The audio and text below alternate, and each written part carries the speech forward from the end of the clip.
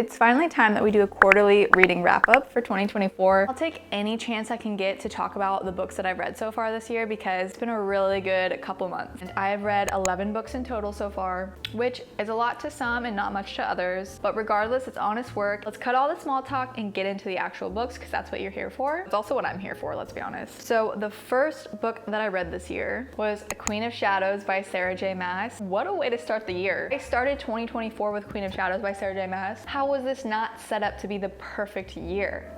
This book, 5 stars. A good, solid 5 stars. I wasn't certain what to think about the Throne of Glass series until I got to this book. Not that I didn't like it, I did like it. I would read it and I would think, this is fun. And then I would reminisce about my time reading ACOTAR because I read ACOTAR first years ago. But let me tell you, the action in this book, the character development, the romance, just little crumbs of romance that you get in this. So good. So good, so good. I don't typically do a lot of rereading, especially not fantasy books, but this is a book that I will want to reread at some point in my life because I loved it that much. And then I took a break from Sarah J. Maas and I picked up a memoir called Hereafter by Amy Lynn. This is a collection of prose poetry or like just little blurbs about grief. Amy Lynn unexpectedly lost her husband, and this is just a really powerful, moving book about grief and about her experience, as well as little bits and pieces about their romance and their relationship. It was very moving, it was very touching, it was very difficult to read at times. I remember opening it and I was just gonna read the first page, and then I had read 20 pages, and then I just kept reading it and I read it in one sitting. If that's the type of book you're looking for, I highly recommend. I'm not gonna give it a rating because it is a memoir and I'm not going to rate someone's experience losing their husband, that's for sure. So I do recommend this book and I think it's beautiful, and it's also very short and the material is not easy to get through, but it's a quick read because every page is like very, very short and concise. So then after that, I picked up none other than the tandem read. So I read Empire of Storms and Tower of Dawn by Sarah J. Maas, and if I could rate these higher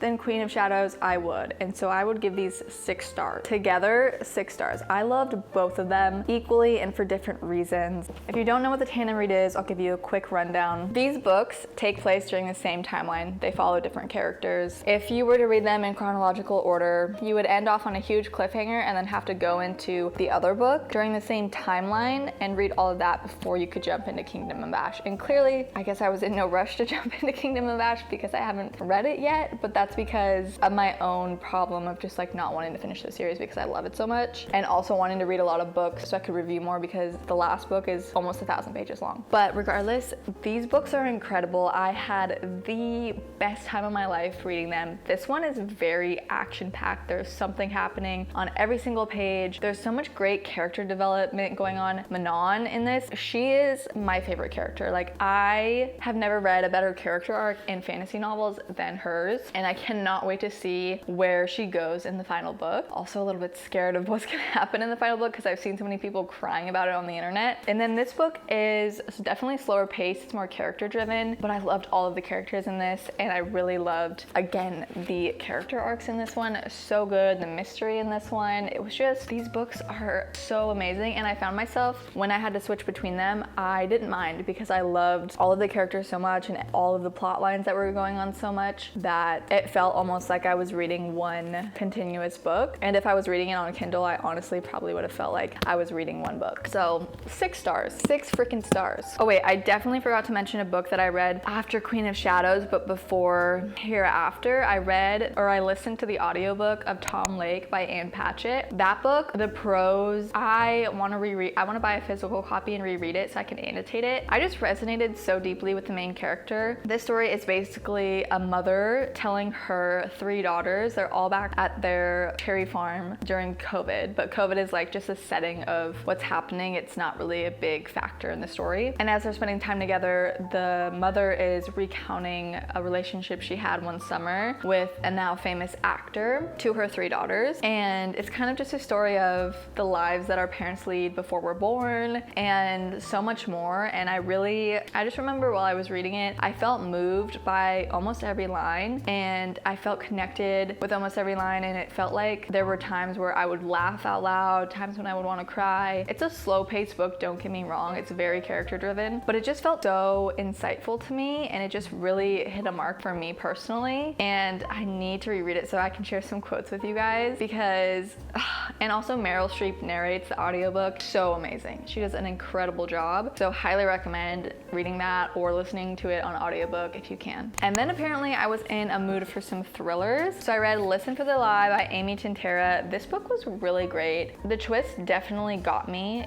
I was not expecting, like, I had multiple theories going throughout this and I was wrong about all of them. So essentially our main character, Lucy, also I read this in less than 24 hours. So our main character, Lucy, her best friend was murdered in their hometown when they were in high school. That same night, Lucy is found wandering the streets covered in her friend's DNA, but she has no recollection of the night. Years later, she comes back to town for her grandmother's 80th birthday shebang, and there is a guy covering the unsolved mystery of her friend's death on a podcast called Listen for the Lie. So we have podcasts going on, and then we have Lucy, who is also confronted by the past, and she still has no memory of what happened, so she doesn't even know if she killed her friend, but she doesn't have any motive internally. She's like, I wouldn't have killed her because I loved her, but at the same time she's like, did I did I do that?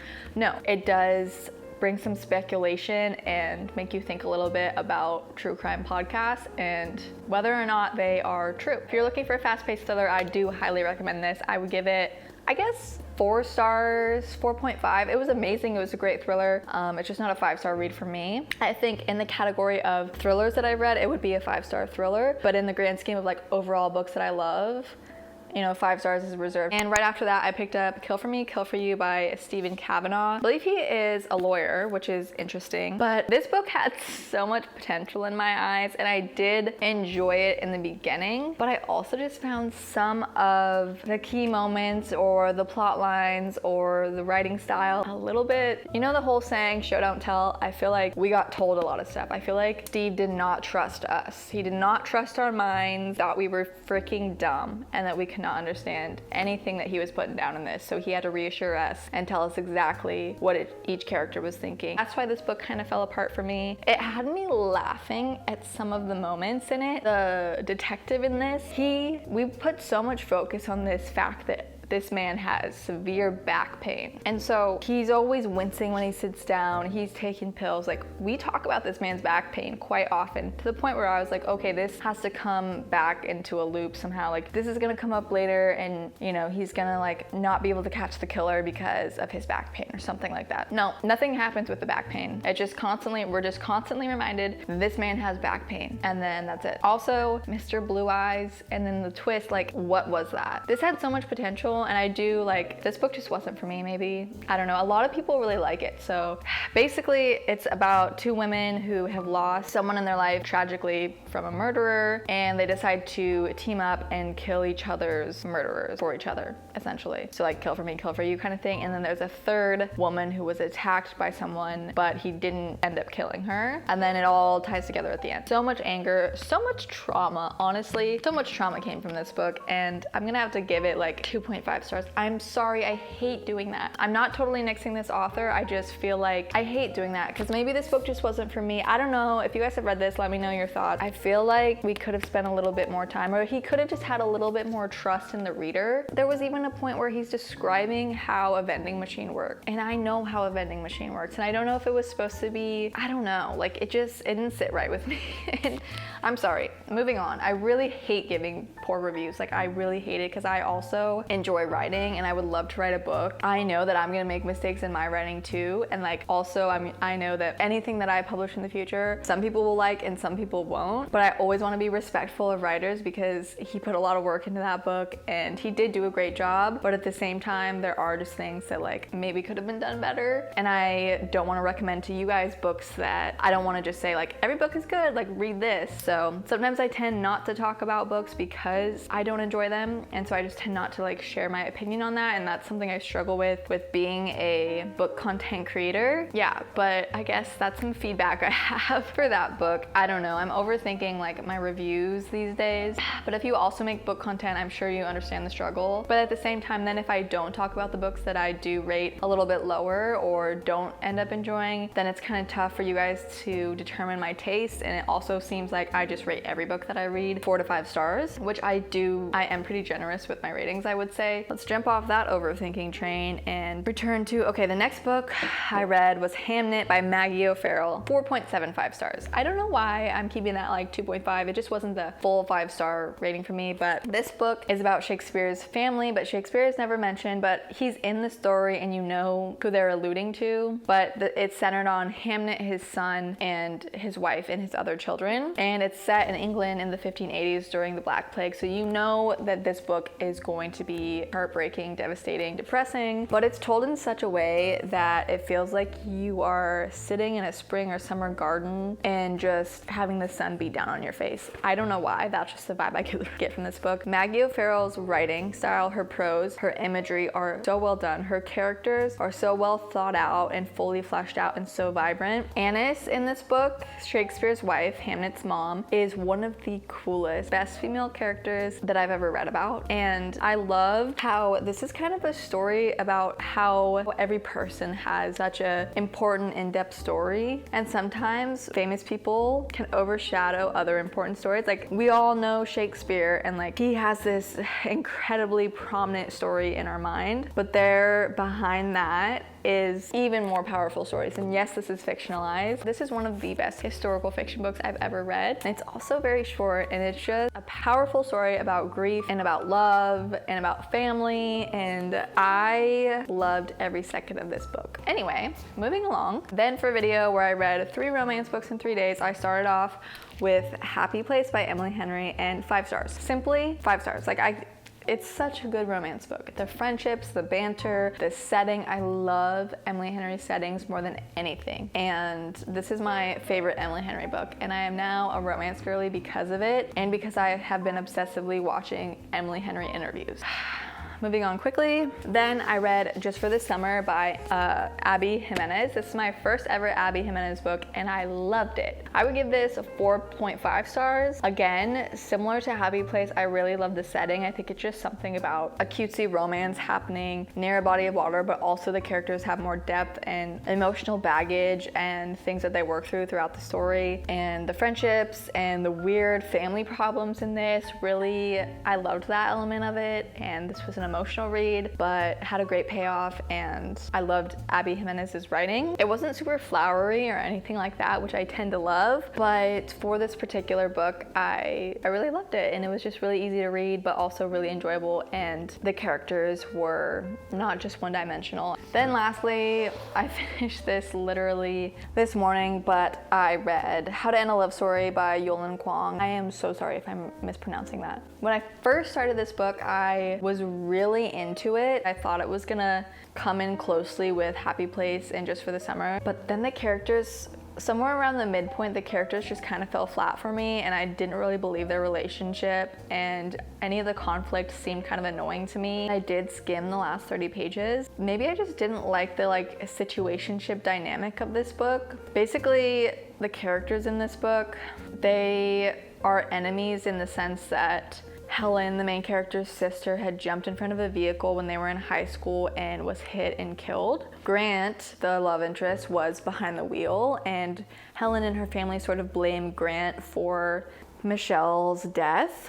But they also know, at least Helen knows for sure, that her sister had intended that to happen, so it wasn't actually his fault. She purposefully jumped out in front of the vehicle. And trigger warnings, suicide in this book. But so that obviously causes a rift between them, and then years and years later, they're basically working on the same film that is based on Helen's YA series, and Grant is a screenwriter on the project. So then they fall in love, and it causes all sorts of drama, which is mainly internal for Helen. Obviously, her parents have some issues with it, but a lot of the conflict is really just internally for Helen.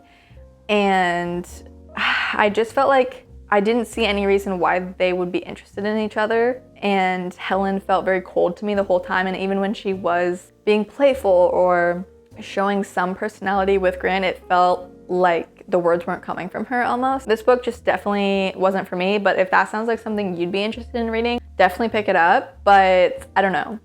If you want my more in-depth thoughts on Happy Place, Just for the Summer, and How to End a Love Story, definitely go watch my reading 3 romance books in 3 days, because I talk way more about these books in general. But those are all the books that I have read so far in 2024, and I cannot wait to see what I end up reading this next quarter. Let me know what your top book was so far from the first quarter of 2024, and I hope to see you guys in my next video.